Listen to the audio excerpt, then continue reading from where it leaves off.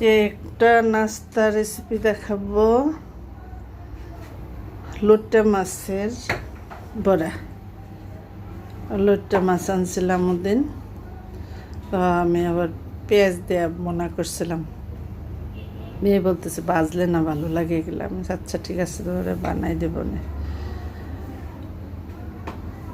তো দুপুরে রান্না করার সময় মশলা দিয়া আদা বাটা, রসুন বাটা, তারপর শুকনা মরিচের গুঁড়া, হলুদের গুঁড়া, ধনের গুঁড়া দিয়া, লবণ, সামান্য একটু টেস্টি সল্ট মানে দিয়ে মাখায় রেখে দিচ্ছিলাম। তো এখন বিকালে চা খাবো, তো বেজে নেই, শেষ বাজা এই কয়টায় আছে,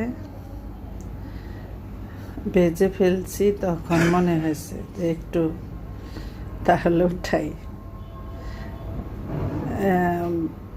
মনেও থাকে না অনেক সময় ভিডিও করার জন্য।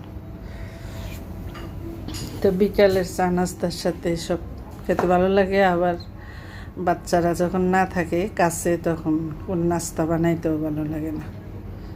আজকে মেয়েটা আছে জন্য একটু বানাই নিলাম। এই তো হয়ে গেছে, এই কটাই, বেশি করলাম না, তাই হয়তো বা থাকবে দুই একটা।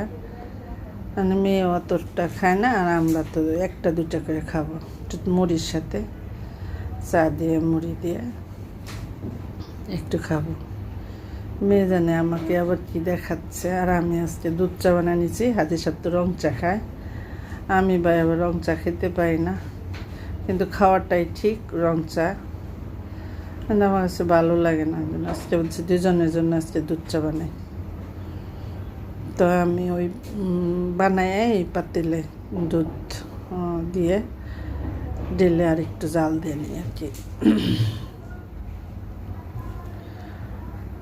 আগে তো হরলিক্স টরলিক্স দিয়ে দুধ, আমি ওই যে 0 ক্যালোরি এগুলা দিয়ে খাই, অর্ধেকটা খাই, তারপরেও আমার মিষ্টি লাগে। পুরাটা দিন আমি একদিন খাই, সকালে বিকালে।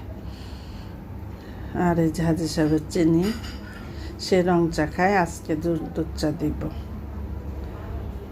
তো আপনারাও বানায় খান বৃষ্টির দিন, মচমচা মুড়ি আর এইসব ভাজা টাজা কিছু থাকলে সাথে খেতে খুব ভালো লাগে।